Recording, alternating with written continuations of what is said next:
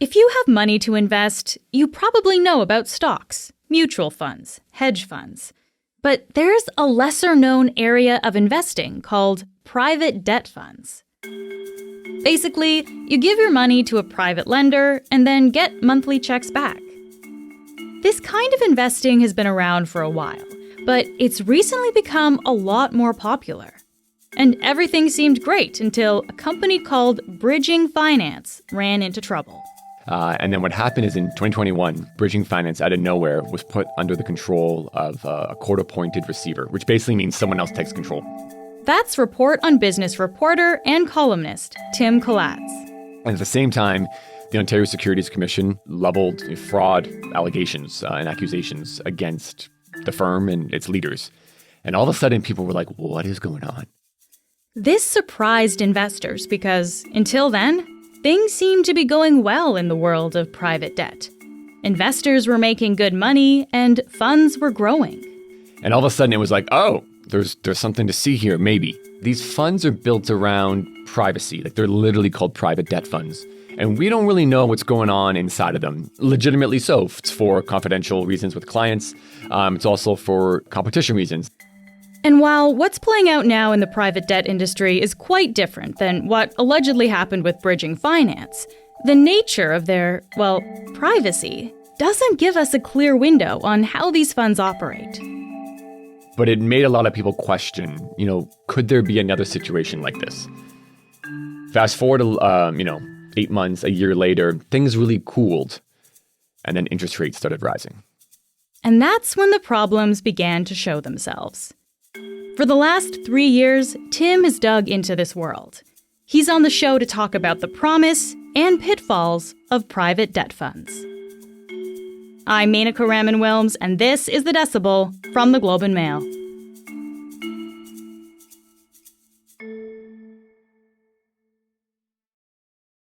Tim, thanks for being back on the podcast. Happy to be here. Tim, right off the bat, I think we should just establish what kind of investment we're really talking about here. So what exactly are private debt funds? They are essentially like a bank. So you don't have to overcomplicate it. I always say this to people. It sounds very intricate, and it's not. It's very similar to a bank, which takes money, takes deposits from us, and then lends them out, whether it's to businesses that need to borrow money or to people like us who need to borrow money to buy a house, in the form of a mortgage. These are just institutions that instead of taking deposits, they take in retail investment money. That money is put into a fund, and then the money from that fund is just lent out, often to small and medium-sized companies. Okay. And how popular would you say they are today?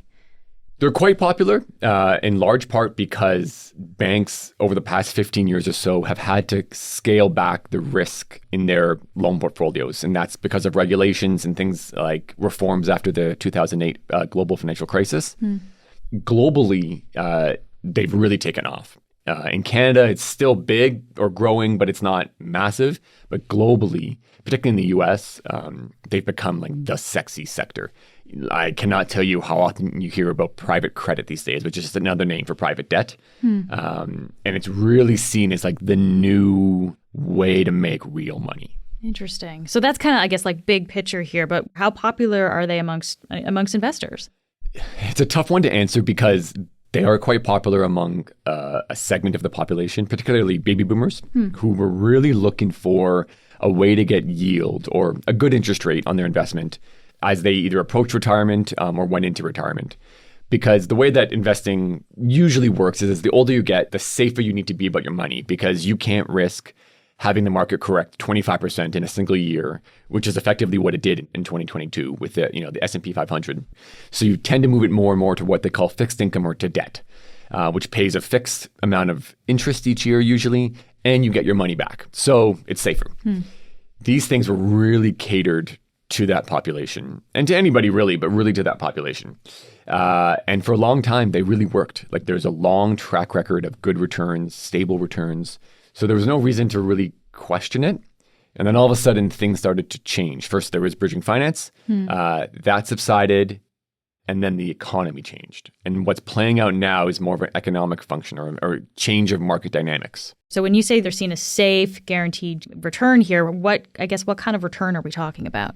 Usually targeted around 8 to 10% a year.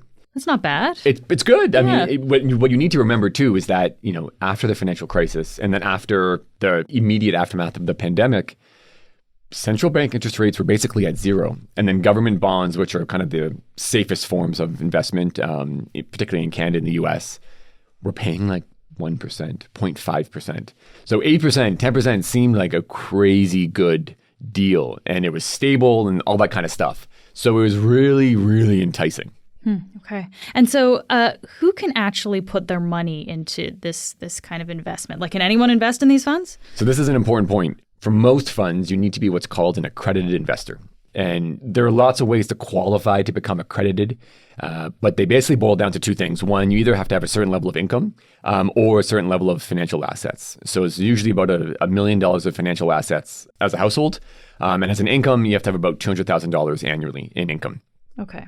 What has kind of gotten lost over time is that it's arguably getting easier to qualify for those things.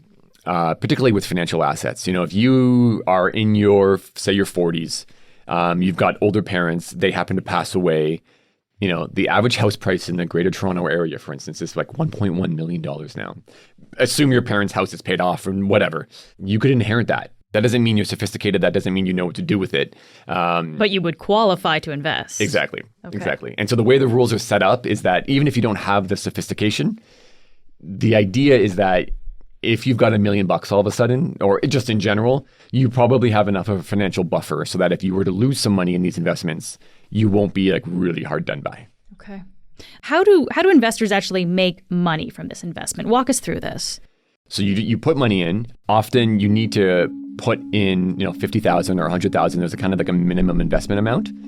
So let's say you put in $100,000. You put it in. They take that money, they pool it with all the other investors, and they just lend it out. And the loans are often short-term loans, often under 1 year, sometimes 1 to 3 years. At least that's how they're marketed. And, so let's say they make a year loan, they get repaid, and the interest rate on the loan, because they're to riskier kind of medium-sized companies that can't often get bank financing. So that's why they come to these firms. And so therefore they're charged a higher interest rate. And I'm making numbers up here, but let's say they're charged 12% a year. That's kind of a common one that you'll see in these funds. They make 12% a year on the loan. If it's repaid, they promise you 8%. So that leaves 4% in the middle, and that's what the fund makes. That's a very broad way of looking at it. But you basically make money off the interest that is charged to the borrower. Okay. And when do you see that come back to you? Like, are you getting installments basically? Yeah, a big draw to these funds, and this is also why it was big for retirees, especially or people kind of getting older, is that they pay monthly distributions, which are like dividends, or just think of it as monthly cash. So you could get $300 to $600 a month based on whatever amount you put in, and it was pretty stable for a long, long time. So you could count on it. Yeah. So this is like on the individual level, but again, like the big picture here. So how big do these private debt funds tend to be? I should actually back up for a second because there are two types of funds. Historically, they were really catering to institutional investors or investors that are investing like pension funds or like on behalf of like retirees or something. The funds that we're largely talking about are ones that started to cater more and more directly to individual retail investors. And those are what have become more popular in Canada over the last 15 years or so. Globally, all that growth that I was talking about, a lot of that, again, is still institutional money, but there also is a lot of retail growth as well. But the large ones can manage like $100 billion. The ones in Canada tend to be, 1 to 3 billion each, and then you add them all together and you could be at like 20 billion, 30 billion. The thing is, it's really hard to track because there's not kind of like one conglomerate group that measures it all. Yeah, it sounds like you're kind of piecing together based on the information that's out there, but it's not really clear exactly what's there. Right, exactly. All right, so let's say there's a loan in the fund has been paid back by a company. What happens to someone's investment once that has happened? Do they get their money back? In a normal situation, yeah, you get your money back when you want to cash out, plus you make that monthly distribution or payout while you're in the fund. What has happened lately, though, is that it hasn't been easy to cash out. And in some cases, you can't cash out at all. To get your money back, there's normally what's called like a redemption process, which is where you basically go to the fund and you say, hey, I'd like to get my money out. It's not like a mutual fund or an ETF that's traded on the market where you can get your money back immediately.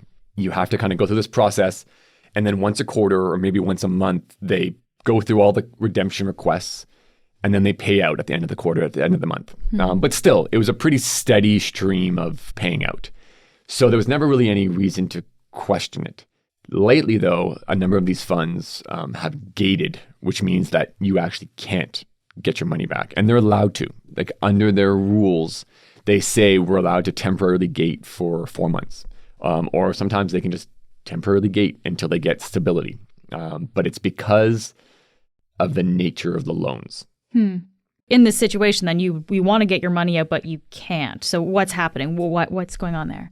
So when you buy a mutual fund, okay, the mutual fund owns often stocks. So you want to get your money out, the fund can just go sell the stocks, a portion of their stocks on the market, get that money, return the money to you. It's a short version of how it works. With these funds, because they're private loans, they're illiquid, which basically means they're illiquid. Okay, they're illiquid. Yes, they can't. They're not traded, and often the terms stipulate that the company that borrows the money does not have to pay back early. Like you can't just go demand it and then force them to pay back. Because think about it, they might be building something. You know, they don't have the cash right away to be able to return the money. So when you have this rush of what are called redemption requests, people wanting to get their money out, you can have this mismatch, where you don't exactly have the money just yet. In 6 months, you might have the money, or in a year, you might have the money as loans are repaid, but right now you don't. So that's why a lot of these funds permit these temporary gates to go up to kind of buy time. That doesn't always mean that things are bad, and they can fix themselves. So, during the pandemic, the first few months of, March, April 2020, some of these funds did gate. But then because the government stepped in with such forceful stimulus, they were able to kind of reopen and things went back to normal. If anything, growth took off again.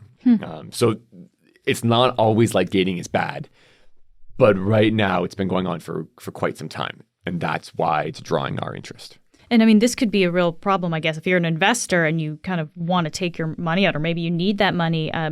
Tim, I know you talked to people for this story. Is there anyone that you spoke to who was kind of stuck in that situation? There's a lot of them. So I don't want to, single anybody out as if they are, the only one that's been hard done by. There's thousands of people. And in Bridging Finance's case, although that's an extreme form of it all, because again, there's alleged fraud, et cetera, they had 26,000 retail investors.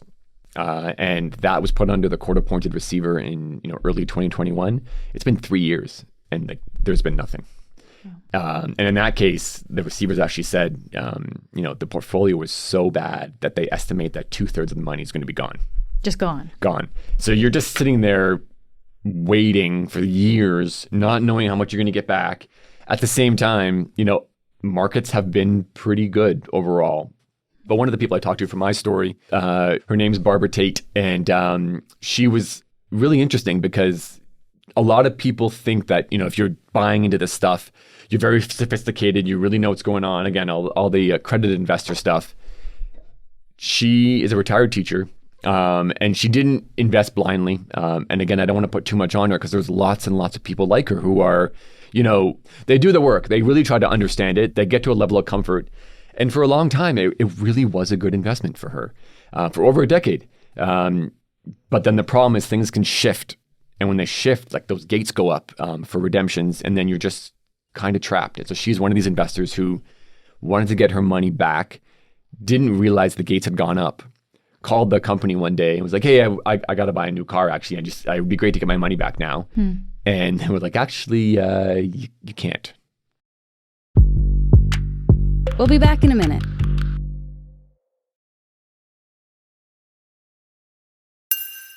I think we should talk a little bit more about the situation you say, when the gates go up, when the money is frozen.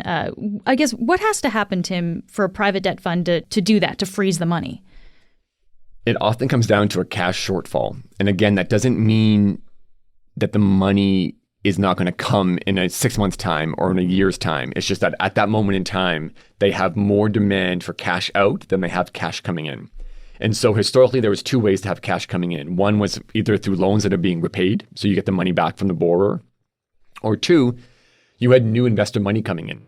So, these were sexy investments. People were like, oh, I want to invest. So you just had this steady stream of new money coming in. Like if you saw the chart of it, it's just constantly going up, basically.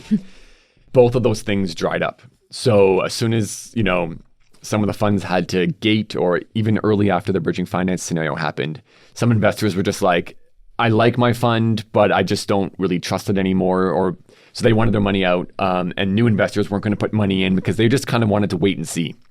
At the same time, because of the state of the economy, borrowers aren't repaying as well or as frequently as they used to. Yeah. So how common is it for funds to freeze redemptions?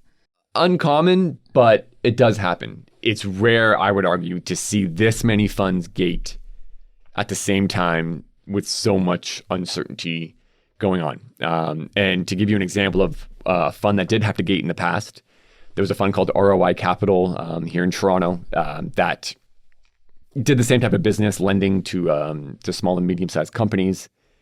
2012 or so, they just had a huge run on redemptions, which means a lot of people wanted their money back. They couldn't make it work financially.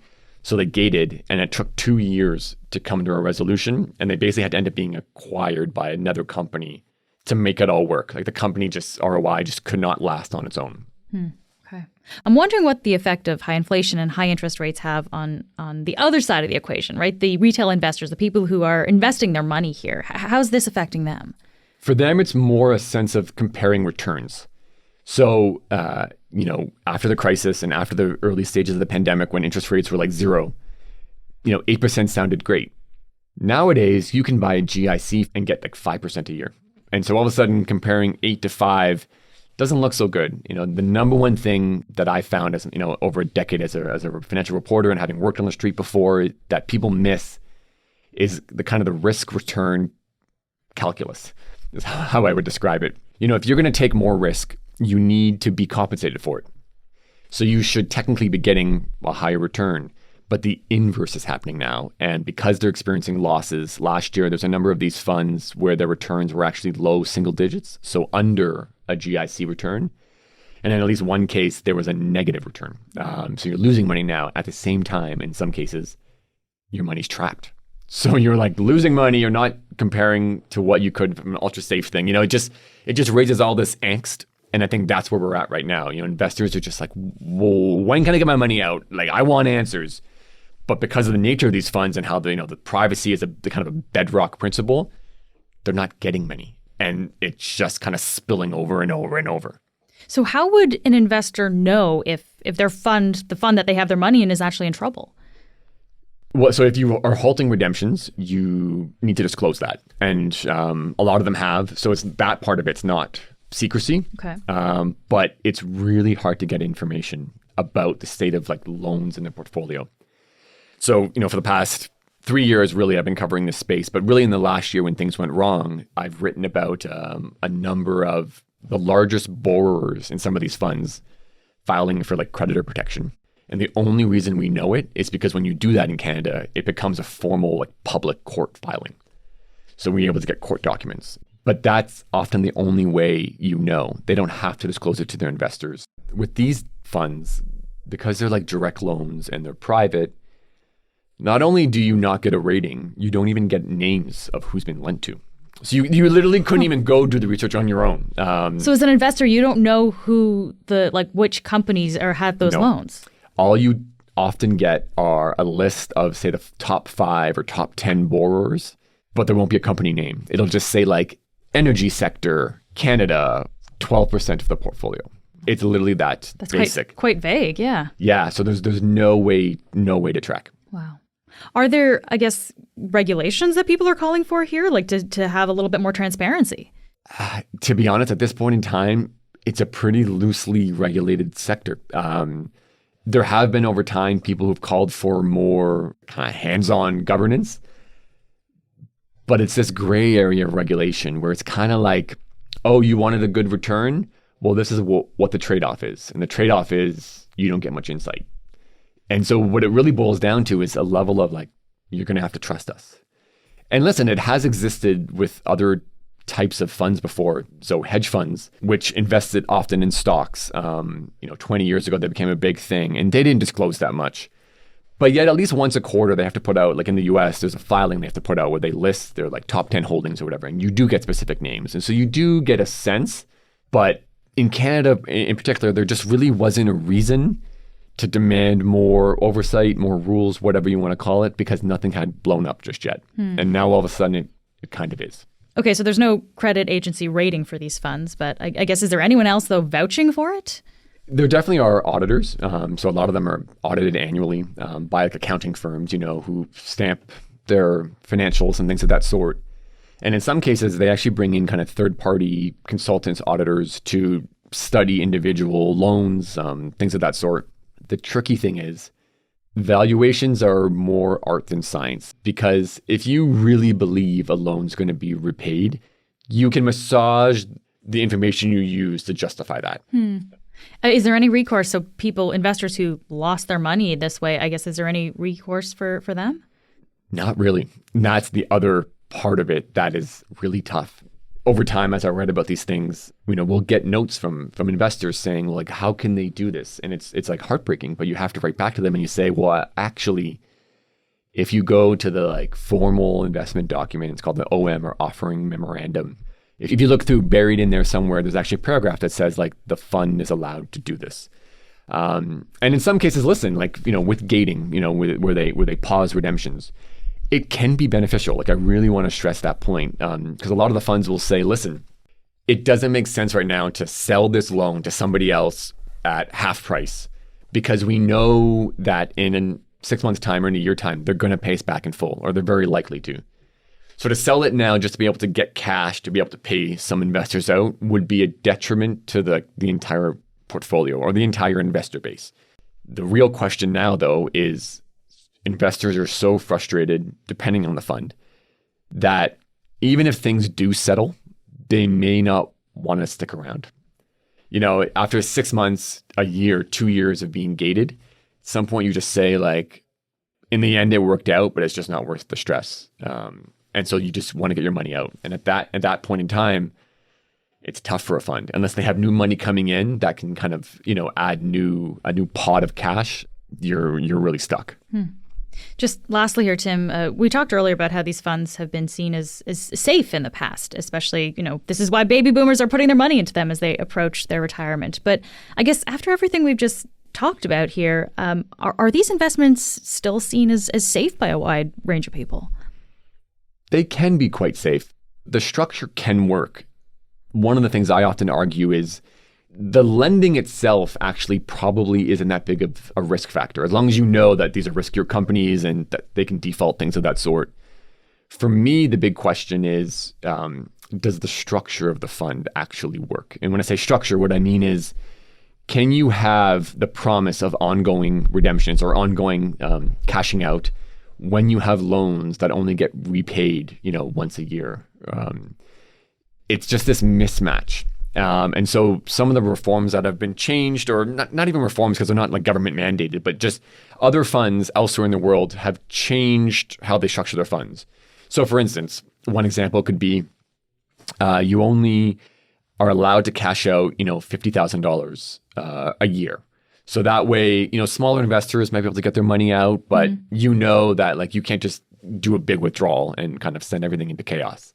So you go into it knowing that, I guess, as an investor. Exactly. When I look at this entire sector, I understand the potential. And I do think that there is a very legitimate business case. There are some funds that do really well and they're very legitimate. And, there are funds that are certainly worth considering. For me, the bigger thing is that right now, funds have a lot of leeway when it comes to disclosure, when it comes to valuations and things of that sort. So whatever the reforms may be, the key underlying principle is adding a bit more information so that investors are less in the dark and they aren't flying blind the way they are right now. Tim, thank you so much for taking the time to be here today. Happy to do it. Before we go today, we want to let you know that the Globe has launched the Globe Leadership Institute. These are online classes that offer insights from educators, business experts, and Globe and Mail journalists like Robin Doolittle and James Bradshaw. You can learn more at theglobeleadershipinstitute.com. That's it for today. I'm Menaka Raman-Wilms. Our intern is Manjot Singh. Our producers are Madeline White, Cheryl Sutherland, and Rachel Levy-McLaughlin. David Crosby edits the show. Adrian Chung is our senior producer, and Angela Pacenza is our executive editor. Thanks so much for listening, and I'll talk to you tomorrow.